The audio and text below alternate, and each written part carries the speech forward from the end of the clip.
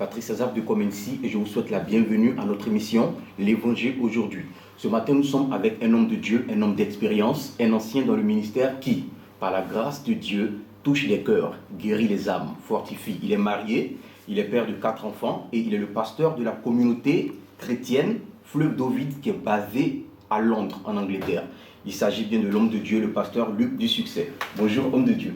Bonjour, bienvenue. Alors, homme de Dieu, nous sommes vraiment très heureux d'être aujourd'hui avec vous. C'est vraiment un honneur. C'est une grâce que le Seigneur nous fait par rapport à la carrure de votre ministère. Mais on se pose des questions, homme de Dieu. On n'entend plus parler de vous, on ne vous voit pas, on a l'impression que vous vous cachez. Quand on pense que vous êtes celui-là qui était un ami proche du prophète Kakou Severin, vous êtes d'ailleurs celui-là qui l'a fait venir en Angleterre pour la première fois, je crois, en 99.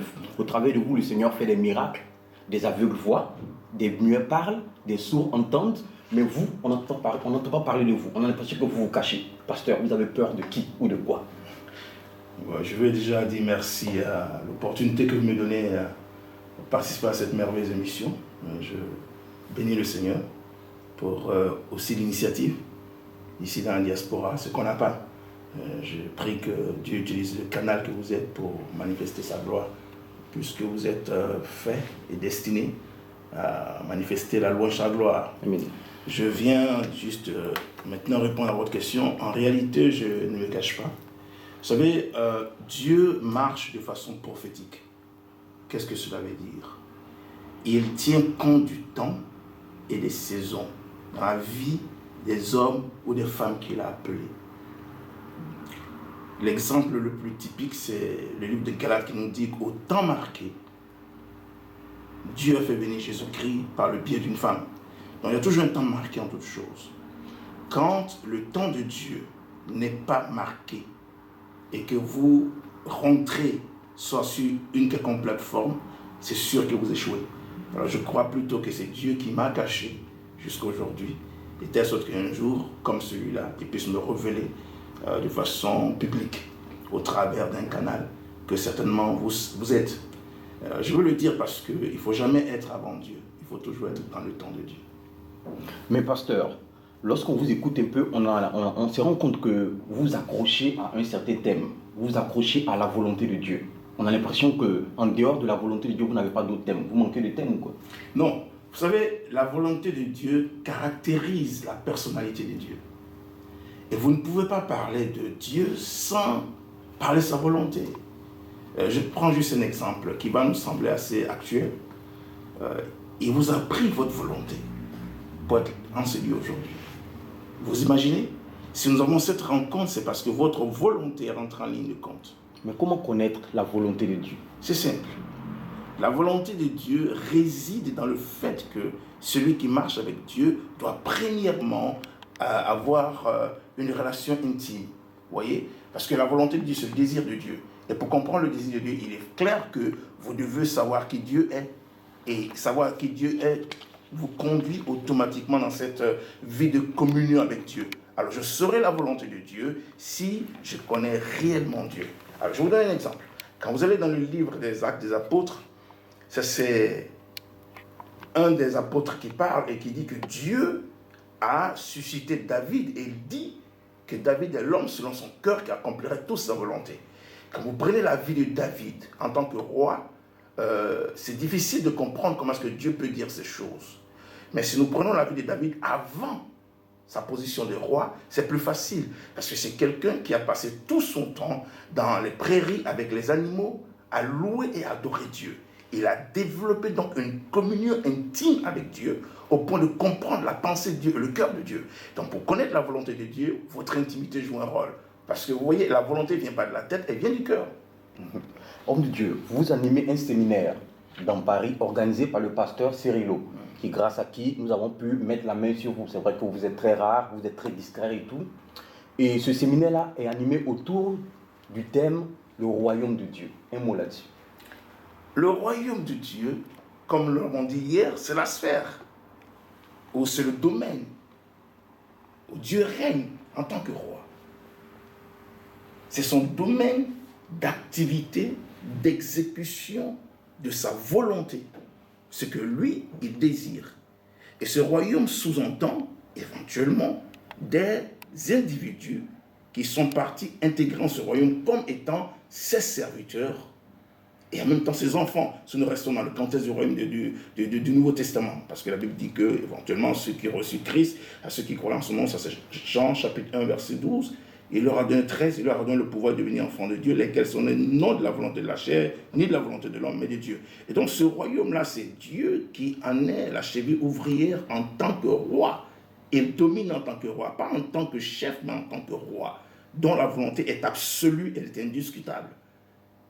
Mais vous dites que ceux qui sont au service de Dieu, c'est ceux-là qui sont, entre griffes, citoyens du royaume de Dieu. Bien sûr. Mais quand on lit la Bible, dans le livre de Jean, le chapitre 3, on se rend compte que le Seigneur, parlant à Nicodème, qui était un docteur de la loi dans Israël, c'est-à-dire qu'il faisait quand même partie du peuple de Dieu, il était un serviteur au service de Dieu.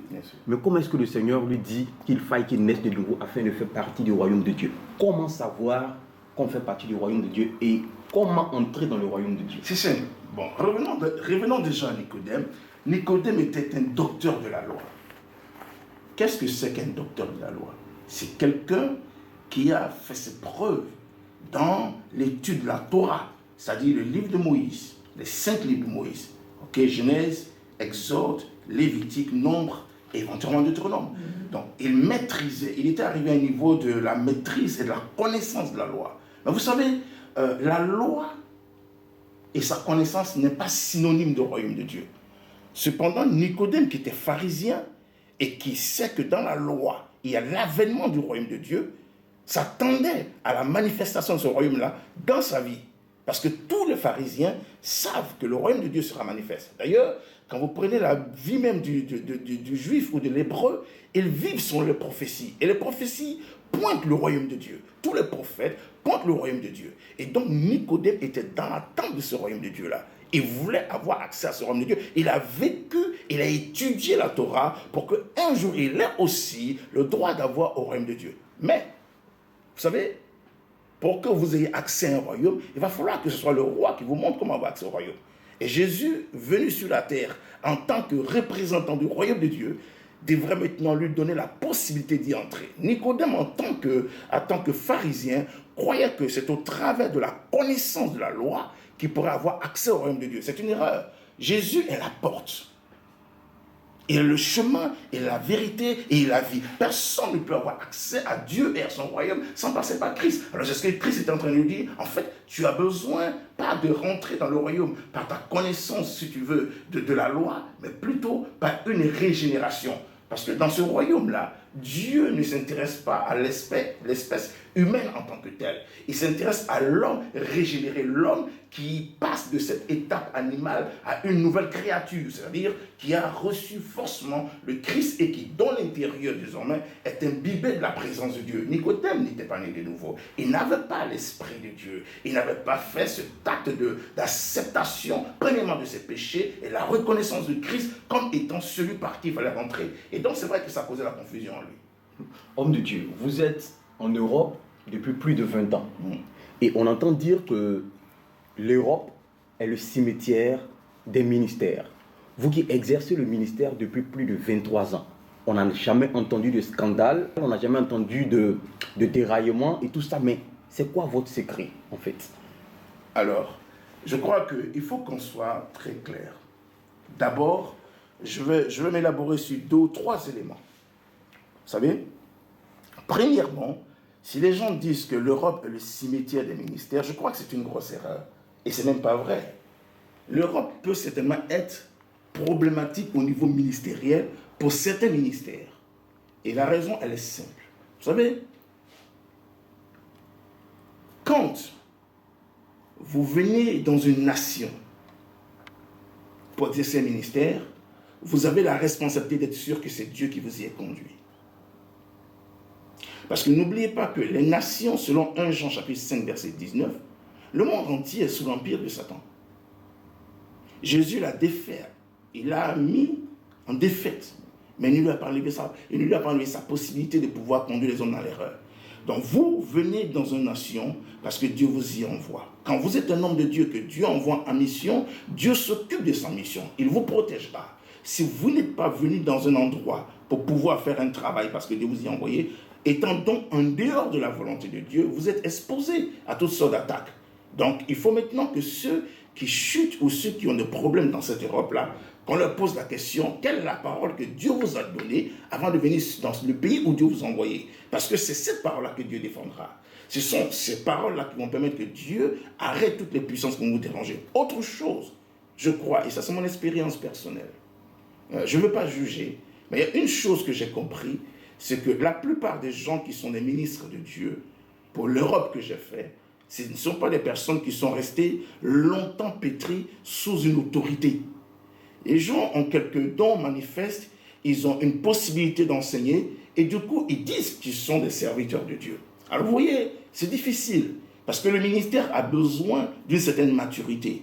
Quand vous n'êtes pas mûr et que vous vous exposez, vous savez, c'est clair, hein? C'est clair, le Seigneur l'a dit. Le diable ne vient que pour voler, pour égorger, détruire. Vous ne jouez pas avec le ministère. Pourquoi? Parce que le ministre de Dieu est avant tout une personne que Dieu utilise. Et de l'autre côté, vous avez Satan qui a tous ses ministres. Donc il y a une confrontation continuelle. Il y a cet élément-là du fait que les gens n'ont pas grandi et se sont lancés dans le ministère. Si vous ne voulez pas que votre ministère échoue, connaissez Dieu. Parce que la connaissance de Dieu est la plateforme de la crainte de Dieu. Vous voyez, le mot crainte de Dieu veut dire confiance respectueuse qu'on a en Dieu. Et puis, à côté de cela, vous avez la haine du mal. Si vous ne haïssez pas le mal, si vous ne croyez pas que ce que vous faites, ça va déranger Dieu, écoutez, vous allez tomber. Je vous donne un exemple aussi simple. Joseph est en Égypte. Il est dans une maison où l'esclave. Dieu bénit l'œuvre de ses mains. Sa maîtresse lui dit, couche avec moi. Il ouvre la bouche et dit à la maîtresse, entre ton mari et toi, il n'y a pas d'écart. Entre ton mari et moi, pardon, il n'y a pas d'écart. Si ce n'est toi. La différence entre moi et ton mari, bien que je sois esclave, c'est toi, parce que tu es son épouse. Alors pourquoi est-ce que tu voudrais que je couche avec toi et que je pêche contre Dieu? Vous savez pourquoi? Vous savez pourquoi il a dit? Joseph craignait Dieu. Il avait la possibilité de coucher avec cette femme. Il n'y a rien qui l'empêchait. Et moi, je peux vous dire, dans l'histoire de cette femme, ce n'est pas la première fois qu'elle le fait. Sinon, elle n'aurait pas insisté de cette façon. Si elle n'a pas eu peur et qu'elle insistait de cette façon, cela veut dire que la plupart des esclaves qui venaient dans cette maison, certainement elle se servaient. Elle est tombée sur un jeune homme qui craint Dieu, qui n'a pas envie de pécher. Quand vous tombez, c'est parce que vous ne craignez pas Dieu. C'est tout. Vous n'avez pas peur. Vous ne croyez pas qu'en faisant le mal, c'est à Dieu que vous le faites. Et moi, mon secret, ce serait ça. Je crains Dieu. Je préfère pas être un sujet de scandale. La Bible dit qu'il est impossible qu'il y ait des scandales. Mais malheur par qui le scandale viendra. Vous avez des malédictions qu'on peut vous enlever. Un homme vous le jette. Mais quand une malédiction est causée par la parole de Dieu, écoutez, dites à Dieu de vous aider. Malheur par qui le scandale vient. Et là, le Seigneur ajoute, ceux-là dont il parle, c'est ceux qui sont des occasions de chute. Frère, je n'ai pas envie. Je crois que Dieu a suffisamment de soucis de pouvoir aujourd'hui imposer son règne au milieu des humains. Je ne veux pas être une autre personne qui va imposer des soucis à Dieu. Pour moi, c'est autre chose. D'accord. Mais homme de Dieu, le Seigneur a fait une promesse. Quand on lit le livre de Joël, le chapitre 2, verset 28, le Seigneur a fait une promesse selon laquelle, dans les derniers temps, les temps dans lesquels nous sommes, il allait répandre son esprit sur toute chair, de sorte que des jeunes filles, des jeunes gens allaient prophétiser. En un mot, la grâce de l'Éternel allait être véritablement déployée. Et aujourd'hui, on assiste à une véritable émergence de jeunes serviteurs de Dieu, de jeunes ministres de Dieu. Vous, en tant qu'ancien dans la foi, dans le ministère, quel conseil adresser à ces jeunes-là? Alors, je vais revenir à Joël 2, 28 dont vous parlez. Vous savez, la Bible, elle est assez... Bon, je ne dirais pas qu'elle est complexe, mais on va la tenir dans son contexte. Okay? Le prophète Joël parle des temps à venir. Éventuellement, il pointe du doigt à la Pentecôte. Mais regardez très bien. Le jour que cette prophétie s'est accomplie, et s'est accomplie dans les individus qui avaient déjà passé 40 jours, selon Actes des Apôtres 1, avec le Seigneur, les préparant à cet événement. Et leur objectif, c'était de pouvoir accomplir la mission de Dieu, pas n'importe comment, sous l'autorité du conclave apostolique. Parce qu'il faut que vous compreniez qu'il existe ce qu'on appelle dans le contexte là, de l'étude de l'organisation gouvernementale dans l'Église, la déontologie. Ces personnes ne pouvaient pas, par exemple, se lever en tant que serviteurs de Dieu parce qu'ils ont reçu le Saint-Esprit aujourd'hui et sortis d'un cadre et faire ce qu'ils veulent. Ils étaient sous l'autorité des apôtres. Donc les apôtres avaient la possibilité de les canaliser. Ils avaient la possibilité de pouvoir les conduire Parce que c'est un combat quand vous servez Dieu. C'est un corps à corps avec le diable. Que les gens ne vous blaguent pas. C'est un corps à corps avec le diable. Satan est Dieu. Il a essayé à Éden. Jésus l'a renversé. Mais il est le même, il n'a pas changé. Donc moi, ce que je dirais aux jeunes gens, c'est bien. Nous devons aider la jeune génération à pouvoir servir Dieu. Mais de grâce, il faut qu'elle soit sous l'autorité de quelqu'un qui va pouvoir les aider à parfaire leur ministère, à les aider, à les conseiller. Le principe des mentors existe. Beaucoup n'ont pas de couverture. Ou certains même sont devenus des hommes de Dieu en se rebellant vis-à-vis de ceux qui ont été leurs pères. Ça ne se fait pas. Mais parlons de mentor, homme de Dieu. Vous êtes un mentor pour plusieurs personnes, des personnes que vous avez formées depuis le bas âge, des personnes que vous avez pris comme ça au lait spirituel, mais c'est difficile de vous avoir. Et c'est difficile aussi de croiser des personnes à qui on peut se fier véritablement. Mais vous, en tant qu'un homme d'expérience, un homme de connaissance, un homme que le Seigneur utilise dans la puissance, vous écrivez. C'est vrai qu'on n'arrive pas à vous avoir, mais vous écrivez quand même des livres qu'on peut avoir, afin quand même de bénéficier de votre expérience. Est-ce que vous pouvez nous en parler juste un peu? Oui, en fait, j'ai écrit des livres que je n'ai pas encore édités. Les livres sont là. Éventuellement, comme je vous ai dit, ma prière, c'est que je trouve un éditeur. Bon, je me suis adressé à un ami. Là, on est sur le point maintenant de pouvoir nous adresser à une entreprise d'édition pour essayer d'éditer ces différents livres-là. C'est vrai qu'il y a plein de livres qui sont là, qu'on n'a pas édités. Mais ce que je veux dire, au niveau du mentorship, vous savez, chacun d'entre nous doit pouvoir prier pour que Dieu le connecte. Parce que quand Dieu vous appelle, il y a des personnes auxquelles il peut vous connaître. Et il les connaît. Donc, on demande à Dieu, Seigneur, voilà, par exemple, je suis un jeune ministre de Dieu, j'aimerais que tu me conduises vers une personne qui va m'aider à pouvoir devenir ce que tu m'as appelé. Dieu vous conduira. Maintenant, en ce qui concerne, par exemple, l'assistance qu'on peut apporter, par exemple, à tout frère ou toute sœur qui se trouvait dans le ministère, écoutez, c'est au travers d'un homme de Dieu qu'on connaît notre homme de Dieu. Au travers certainement de cette émission, il y a des gens qui viendront pour dire, bon, certainement, j'ai prié, Dieu m'a convaincu. On n'est pas intouchable. Parce que moi, je ne crois pas qu'un homme de Dieu doit être une personne qui est intouchable. Jésus était très touchable. Et on avait accès à lui. Et donc, on se rend disponible. Vous tapez, vous renseignez, les gens vous diront telle personne. Si un homme de Dieu est réellement un serviteur de Dieu et qu'il voit un jeune ministre de Dieu dans les besoins et qu'il le laisse, il n'a plus accompli la volonté de Dieu, les desseins de Dieu. Parce qu'après tout, c'est le royaume de Dieu. Ce n'est pas le royaume d'une personne. Et donc, à partir de cette émission, certainement que, bien, des gens pourront avoir mes contacts. Je suis à Londres. Mon téléphone est connu par tout le monde de toutes les façons. Et puis, bon, j'ai aussi d'autres connexions où on peut aider. Parce qu'aujourd'hui, nous croyons que, bon, faire chemin seul, c'est dangereux. C'est une vision que j'ai depuis que je suis dans le Seigneur et que je suis venu en Europe. Je ne crois pas que l'évangile consiste seulement à prêcher aux gens et leur dire donnez vos offrandes et vos dîmes. Je crois que l'évangile est une bonne nouvelle, aussi pour ceux qui n'ont pas, les mettre dans des conditions pour qu'ils puissent se régénérer des finances. Parce que Dieu a une alliance à ce niveau-là avec l'Église. Parlons de bonnes nouvelles, homme de Dieu. Nous arrivons à la fin de notre émission, mais si aujourd'hui était la dernière fois que vous alliez parler, quel message avez-vous adressé à toute l'humanité?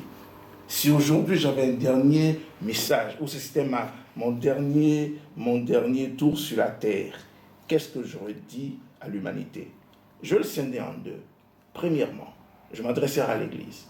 Je dirais à l'Église de prendre les dispositions nécessaires pour que ce pour lequel Christ a été crucifié puisse être manifeste dans la vie des nations. Parce qu'après tout, Jésus est mort à la croix pour que le monde soit sauvé. L'Église doit prendre des dispositions pour entrer dans le champ de la vision du Seigneur Jésus-Christ, de voir le monde sauvé. Et à l'humanité, c'est d'être accueillante, d'être prête à pouvoir recevoir le Christ. Parce qu'il n'y a pas de salut en aucune autre personne, si ce n'est en Christ. Vous pouvez être très riche, vous pouvez être très pauvre, intellectuel, non intellectuel. Vous êtes un humain dont le séjour sur la terre est limité. Et à la fin de votre vie, vous quitterez cette terre. Il va falloir rendre compte à Dieu de ce que vous avez fait en tant qu'humain. Dieu ne jugera pas les animaux, mais l'humanité viendra sous le jugement de Dieu Pas parce que Dieu est méchant, mais parce qu'il leur a donné l'opportunité d'avoir cette grâce de la vie éternelle. Voilà. L'Église a une responsabilité, faire en sorte que les gens rentrent dans le salut. Je voudrais que l'Église comprenne que notre responsabilité est si grande qu'on ne peut pas jouer avec. Et je crois que le temps presse. Voilà ce que j'ai à dire à l'humanité. Christ est la solution. Pasteur Luc du Succès, nous vous remercions. Nous vous remercions au nom de toute l'équipe de Comency pour l'interview que vous nous avez accordée. Voilà, messieurs, dames, nous sommes à la fin de notre émission L'Évangile aujourd'hui. Nous étions avec le pasteur Luc du Succès, qui est le pasteur de la communauté chrétienne Fleuve d'eau vive, basée à Londres, en Angleterre.